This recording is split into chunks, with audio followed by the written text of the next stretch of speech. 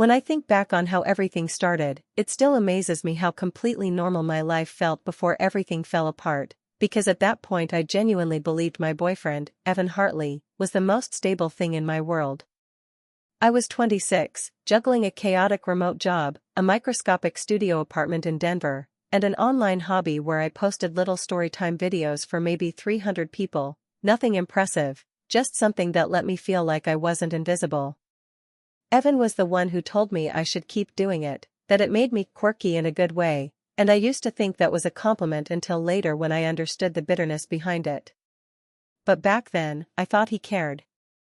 We met at a friend's game night, and within weeks he practically moved into my place because his own apartment was across town and traffic was annoying, which I now know was code for multiple things I hadn't begun to suspect. For months everything looked stable. We cooked together, he'd play guitar while I edited videos, we'd take long walks where he'd tell me how his marketing job at this fancy eco-startup was crushing his soul but he was holding on for the sake of future stability, and I genuinely believed I would be part of that future. But the truth is that Evan always showed little signs of duplicity, the small ones you brush off because you don't want to accept that they mean something deeper, like how he'd always put his phone face down, or how his friends acted weird around me, almost overly polite, as if they were nervous I'd ask a question I wasn't supposed to ask. But I kept ignoring all that until the one night that snapped everything in two, the night when I sat on the couch waiting for him to return from what he claimed was a late team-building dinner, only to see a notification pop up on his iPad which he'd accidentally left logged in. The message preview was from someone named Marissa with a heart emoji next to her name, and it read, "Last night was incredible. Same place next week?" I remember freezing so completely I could hear my own heartbeat. I opened the messages even though my hands were shaking so badly I thought I'd drop the tablet, and there it was, months of messages, detailed, intimate, shamelessly affectionate, with pictures he had clearly taken in my apartment. But the worst part wasn't even the cheating, it was how exactly rehearsed he'd been with both of us, telling her the same self-deprecating jokes he'd told me, sending her screenshots of the meals we'd cooked together and pretending he'd made them alone, and even trashing me in some messages, calling me high-maintenance clingy girl when in reality I was the one who let him slide on everything, including rent. The humiliation burned so deeply I couldn't breathe, and I remember sitting there for almost an hour in total disbelief, rereading the same lines over and over, waiting for them to magically change. When he finally walked through the door smelling like cologne he never wore around me, I didn't confront him, not because I was scared, but because something inside me had already decided this wasn't going to be a private breakup with crying and apologies and gaslighting. No, I wanted the truth to be seen, not just by him, and not even just by me, but by anyone who had ever been fooled the way he fooled me. For the first time in my life, I felt a sort of cold, steady clarity. Instead of screaming, I pretended nothing was wrong, kissed him on the cheek, and let him fall asleep while I sat at the opposite end of the bed, planning. By morning, I knew exactly what I was going to do. I gathered every screenshot, every timestamp, every photo, every two-faced message. I decided to tell the story publicly, not in a rage-filled rant, but in a calm, methodical online post that would expose him without embellishment. I didn't want revenge, I wanted truth. That's what I told myself, at least. But deep down I already sensed that once this went out, nothing in either of our lives would stay the same. I didn't sleep that night, not even for a minute, and by sunrise I had organized every screenshot into chronological folders labeled with dates and brief descriptions so I wouldn't lose track of anything once I started turning the disaster into a coherent story. Evan kept sleeping like a man with no consequences hovering above him, wrapped in my blanket, mouth slightly open, calm and oblivious, which only fueled the icy resolve building inside me. I left the apartment early, telling him I had a Zoom meeting at a cafe, and he mumbled something unintelligible as I closed the door. The moment I stepped outside, the cold morning air made everything snap into hyperfocus. I ordered my coffee, found a corner seat, opened my laptop, and began. I didn't post the whole story right away, instead I started with a short vague video for my small audience, saying I'd discovered something painful and would share it once I collected my thoughts. Somehow that alone got traction because the algorithm grabbed onto the suspense, and people began commenting supportive messages, which gave me both comfort and courage. Within hours I recorded the long-form video that would change everything. It was 35 minutes of steady, calm narration, explaining the relationship, the red flags, the discovery, and then showing the screenshots, not the explicit parts but the lies, the hypocrisy, the mocking comments he made about me while sleeping in my bed. I blurred what needed blurring, removed identifying details about Marissa because she wasn't the one who had promised me loyalty, and kept everything factual. I posted it at 3:12 p.m. and closed my laptop because I didn't want to obsess over numbers or comments. I thought maybe it would get a few thousand views at most. Instead, within an hour, my phone buzzed nonstop with notifications so rapid I eventually had to mute them. People were stitching it, reacting to it, analyzing the screenshots, leaving comments calling Evan every name imaginable, and by the time I checked again, the video had blown past 100,000 views, then 200, then 500,000. My follower count jumped so fast it felt surreal, like watching a slot machine hit jackpot in slow motion. Part of me was terrified because I knew Evan would see it the moment he opened any social app. And sure enough, around 6 in the evening, he started calling. First once, then again, then a string of frantic messages asking why people were messaging him, why someone had emailed his work, why his friends were texting him screenshots, why I'd ruined his life. I ignored all of it because I wasn't ready to face any version of his manipulation. Eventually he came home, slamming the door so hard the wall shook, and I braced myself for a confrontation that never came because the moment he saw my expression, calm, detached, unmovable, he seemed to deflate, like he realized something in me had shut off permanently. He begged, paced, cried, swore he'd explain everything, even tried twisting it into some bizarre narrative where I had caused our relationship problems by posting online too much. He said the video wasn't a fair representation of his character, as if the screenshots had magically generated themselves without his help. I didn't yell, didn't cry, didn't argue. I simply told him I was done, that he needed to leave, that his belongings would be outside by tomorrow. He left eventually, but not before making one final attempt to guilt-trip me by saying I'd destroyed his career. I didn't believe him until the next day, when I got a message from someone claiming to work at his company, confirming he had been suspended pending review because multiple people sent the video directly to HR. I never expected it to go that far, yet part of me felt a strange sense of justice. Not satisfaction, just justice. The story should have ended there, with a messy breakup and an ex scrambling to do damage control. But then something unexpected happened. I woke up the next morning with over 20,000 new followers, brand emails asking for collaborations, and dozens of people sending their own experiences, thanking me for being brave enough to post mine. It felt unreal but empowering. And then came a message request from someone whose name I didn't recognize at first, someone who would become the reason everything shifted again, not in a bad way, but in a way I could never have predicted. The message came from a woman named Lila Simons, a name that meant nothing to me until I opened the request and read the first sentence, which made my stomach drop so fast I had to sit down before continuing. She introduced herself as someone who had worked with Evan at his eco-startup for a little over a year and said she had information I deserved to know because what I posted online barely scratched the surface of who he really was. I felt a cold rush of dread and curiosity as I scrolled through her long paragraph explaining that Evan had a reputation at work, one I had never imagined possible because he always presented himself as the victim of incompetent coworkers. According to Lila, he flirted with multiple interns, made promises he never followed through on, lied about project results, and had recently been involved in a situation that nearly cost the company a major client because he had forwarded confidential files to someone outside the organization, apparently to impress them. She didn't accuse him of anything criminal, but the unprofessionalism alone was staggering.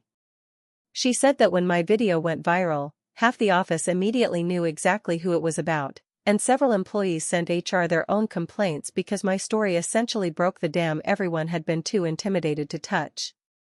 Reading her message felt like watching the floor split open beneath me, revealing how little I'd truly known the man I'd lived with for almost 2 years. I thanked her quietly in my head even though I hadn't responded yet, because something about the sincerity and exhaustion in her words told me she wasn't reaching out for drama or attention, she was relieved someone had finally said something publicly. I sat with that message for a long time, torn between wanting closure and wanting to detach completely from everything related to him. Eventually I responded, thanking her for the context and assuring her I wasn't planning to make a second video targeting his workplace. She replied minutes later saying she appreciated that, but there was something else I should know, something that made me feel like the universe wasn't done exposing Evan just yet. She said he wasn't only cheating on me with Marissa, there were at least 2 other women in the office he'd pursued aggressively, one of whom had a boyfriend she later broke up with because of the lies Evan fed her. Lila said she had no idea how many women he'd been stringing along simultaneously, but the pattern was clear. Evan saw every woman in his orbit as a prop, something to admire him, soothe his ego, or serve his ambitions. For a second I felt a deep wave of shame crash over me, not because of what I'd done, but because of how thoroughly he had manipulated me while maintaining an entire web of deceit behind my back. The more I thought about it, the more certain I became that posting my story hadn't been petty or cruel, it had simply disrupted a cycle he'd relied on for years. Still, I didn't expect the next twist. Around noon, the apartment buzzer rang repeatedly, loud enough to make me jump. I checked the video feed and saw Evan standing there with his hoodie pulled tight over his head, looking frantic. My pulse spiked. I didn't answer, but he wouldn't leave, pressing the buzzer over and over until I finally grabbed my phone and texted him to stop and go away before I called someone. He responded instantly, begging me to let him inside so he could explain everything, insisting the situation was out of control, and saying I had no idea what I'd started. I refused and watched him pace on the sidewalk before storming off. I thought that was the end of it, until an hour later, when one of my followers sent me a screenshot of a private post from a burner account that was clearly his. It was a long, incoherent ramble where he painted himself as the victim of a vindictive ex who manipulated the internet to destroy his future. He also claimed I had fabricated half the screenshots, which made me laugh out loud because the timestamps alone disproved that. The comments on his burner post were brutal, people calling him out, linking my video, dragging him relentlessly. I didn't even respond or acknowledge it. But what happened next was something I hadn't anticipated at all. Someone from a small local news channel reached out to me asking for a statement because they were planning a short segment on the digital consequences of infidelity and workplace misconduct. I declined because the idea of being on the news made me want to crawl into a hole, but the fact they even contacted me showed how far the story had spread. My follower count hit 35,000 by early evening. Brand offers were pouring in faster than I could read them. And right when I thought the chaos might finally level out, I received another message, this time not from a stranger, but from Marissa herself. Marissa's message was short, almost unnervingly calm compared to the storm of notifications and comments that had taken over my phone in the past few days.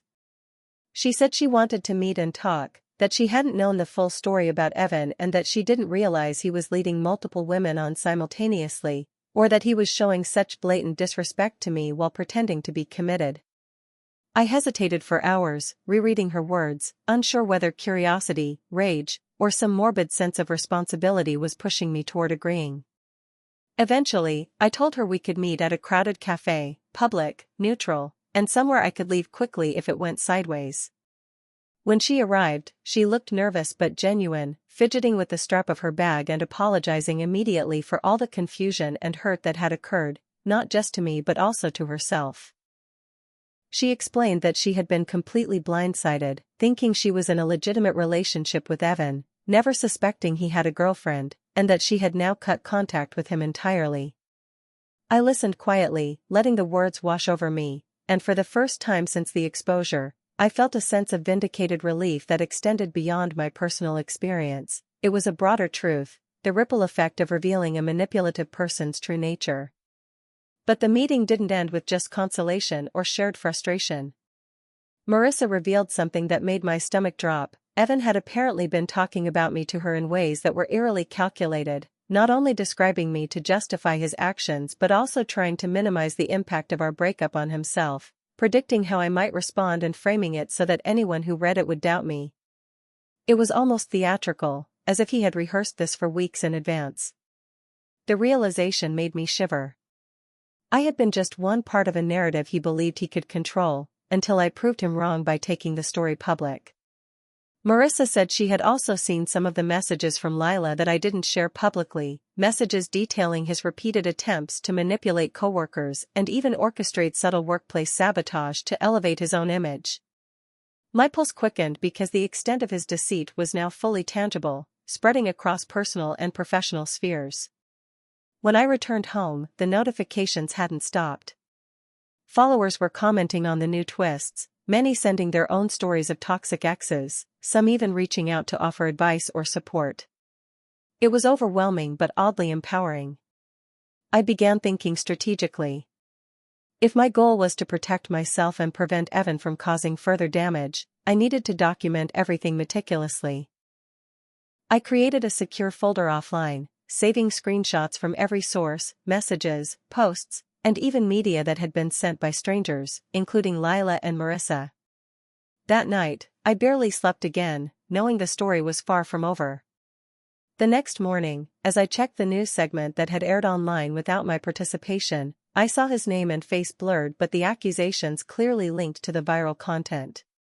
Comments from viewers were savage, questioning how he could be allowed in his workplace, speculating on consequences, and sharing similar personal experiences. By now, I had learned that the company had already begun internal investigations, HR reaching out to former and current employees, and several managers confirming suspicions I didn't even know I'd triggered. Evan's world was unraveling faster than I could have imagined, and yet I also realized that my life was changing in ways I had never anticipated, brands contacting me for content partnerships, followers encouraging me to make a series out of the experience, and even a few small business offers to sponsor my channel. Suddenly, the chaos of exposure had morphed into opportunity. I felt a strange sense of balance. Justice had been served, yes, but I had also gained something I hadn't expected: leverage, attention, and a community that respected honesty over pretense. But just as I began to imagine a future where the trauma transformed into empowerment, another notification appeared that made my chest tighten, a DM from Evan himself, and this one didn't contain pleading or anger. It was calm, almost clinical, saying, "You think you've won, but the story is far from over." I froze. There was no number, no identifiable trace, just the message, and the implications were terrifying. Whoever he had been, he had always been meticulous, calculating, and this calm threat carried weight because I had already experienced firsthand how destructive he could be. My fingers hovered over the keyboard, unsure whether to block him or respond, knowing that whatever I did next might determine the next chapter of consequences, both personal and public. And in that moment, I understood that while I had exposed him, the story was not fully in my control. It had taken on a life of its own, intertwining social media, personal vendettas, and professional repercussions, a web I was still navigating carefully, aware that one wrong move could tilt everything back into chaos. That night, I set up additional security on all my accounts, changed passwords, and even informed Lila and Marissa to be cautious, realizing that Evan's reach might extend beyond what anyone could foresee. Sleep came reluctantly, and when it did, it brought dreams of confrontation, vindication, and the strange thrill of having taken the first decisive step in turning my trauma into public truth. The next morning, I woke up to a notification that made me blink repeatedly, unsure if I was still dreaming. Evan had been officially terminated from his job. HR had reviewed the evidence I had indirectly contributed to and combined it with complaints from colleagues, and the decision was unanimous. The relief that washed over me was almost physical, like a weight I hadn't realized I'd been carrying for years had been lifted. But at the same time, the adrenaline from the past week hadn't dissipated, and I realized that my life had shifted permanently, not just because of what I had exposed, but because of how the world had responded. My follower count had climbed past 50,000, DMs were flooded with messages from people sharing their own toxic relationship experiences, and multiple brands were requesting partnerships to leverage the authenticity of my story. I spent the morning drafting emails, responding carefully, trying to strike a balance between professional opportunities and protecting my mental health. Then came an unexpected development. An anonymous account reached out with more information about Evan, suggesting that his attempts at sabotage at work were part of a much larger pattern, involving embezzlement of funds from minor clients to cover his mistakes, and even hints at harassment that had gone unreported for years. I forwarded this to Lila, who confirmed some of the details, and the sense of vindication multiplied.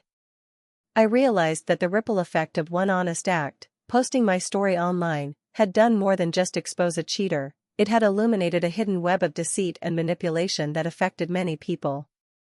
That afternoon, I decided to create a follow-up video, but instead of making it about revenge or drama, I framed it as a cautionary tale about honesty, boundaries, and the power of documenting one's experiences. The response was staggering: hundreds of thousands of views, thousands of supportive comments, and an influx of followers who appreciated the balanced approach. Even more surprisingly, several people reached out to offer professional advice on turning this newfound audience into a sustainable career, and I realized that what had started as an impulsive act of truth-telling had evolved into a platform I could genuinely use to help others. And yet, even with all the growth and validation, I couldn't completely ignore the lingering tension. Evan was out of my life professionally and personally, but his final message still haunted me. "You think you've won, but the story is far from over." I never replied, never blocked, and never engaged, because I understood that any interaction would give him the attention he craved. Instead, I focused on the new community, the opportunities, and the lessons I had learned. Over the next month, my follower count surpassed 70,000, and I began collaborating with other creators who shared similar experiences. I also received messages from people whose personal stories echoed mine, thanking me for giving them courage to stand up and speak out. And as I reflected on the chaos, the betrayal, and the unexpected empowerment, I realized that the story had not just been about exposing Evan, it had been about reclaiming my agency, my voice, and my life. The last message from him remained unread, a reminder that sometimes closure doesn't come from confrontation but from stepping into your own strength. In the end, I had not only survived being deceived by someone I trusted, but I had also transformed the experience into something positive and far-reaching. What began as heartbreak and humiliation had evolved into influence, opportunity, and a platform where truth and authenticity mattered more than pretense or manipulation. And that, I realized, was the most satisfying victory of all.